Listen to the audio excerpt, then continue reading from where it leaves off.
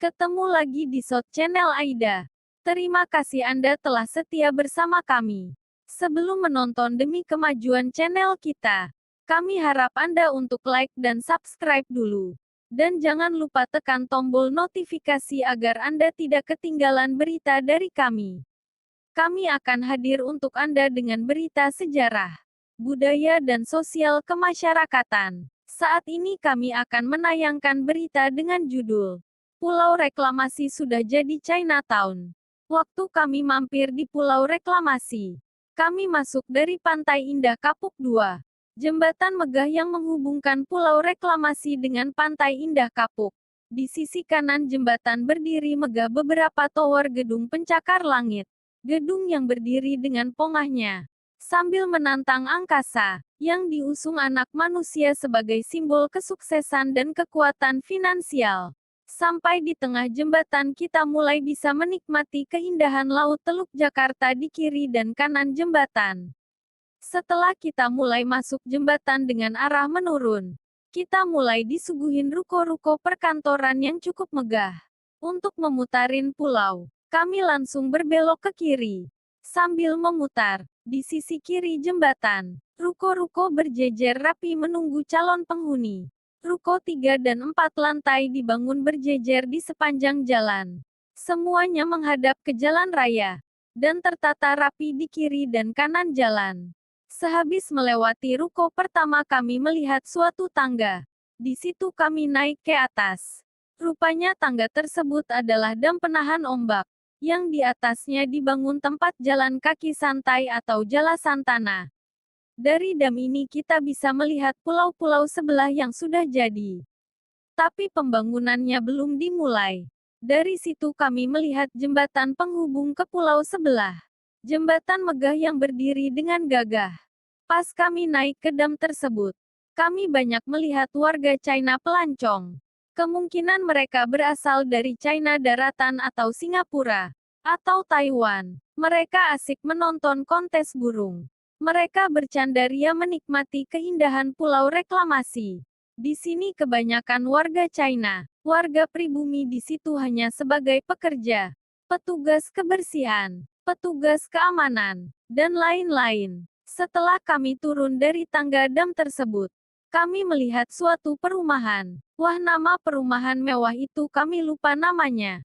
Akhirnya kami meneruskan perjalanan menyusuri ruko-ruko di pulau tersebut.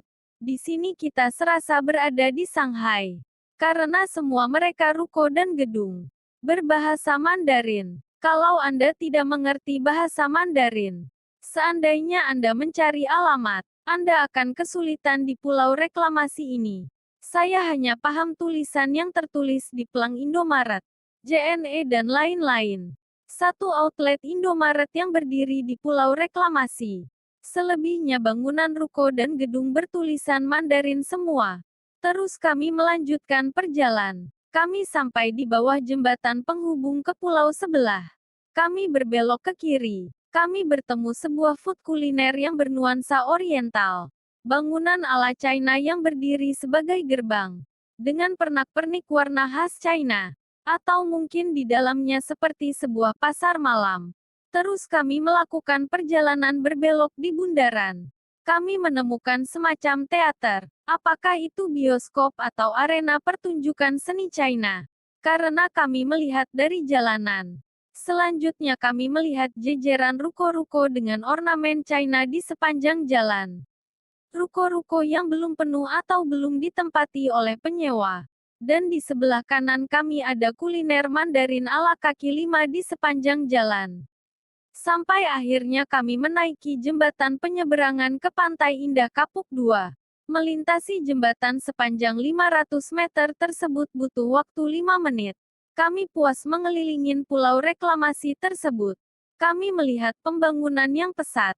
Walau semua properti tersebut belum terhuni semuanya. Cuma kami heran, kenapa nuansa Mandarin terlalu kental di pulau reklamasi. Apakah ini hunian eksklusif untuk warga China di Indonesia? Sampai-sampai hampir semua merek ruko dan toko beraksen Mandarin. Padahal berdiri di wilayah Indonesia. Kenapa mereka tidak menamai dengan nama Indonesia? yang lebih nasionalis dan kental aroma persatuannya. Bau aroma eksklusif Mandarin sangat terasa. Seharusnya yang gaya-gaya begini harus dihapus di Indonesia. Supaya tidak ada sekat di antara semua penduduk Indonesia.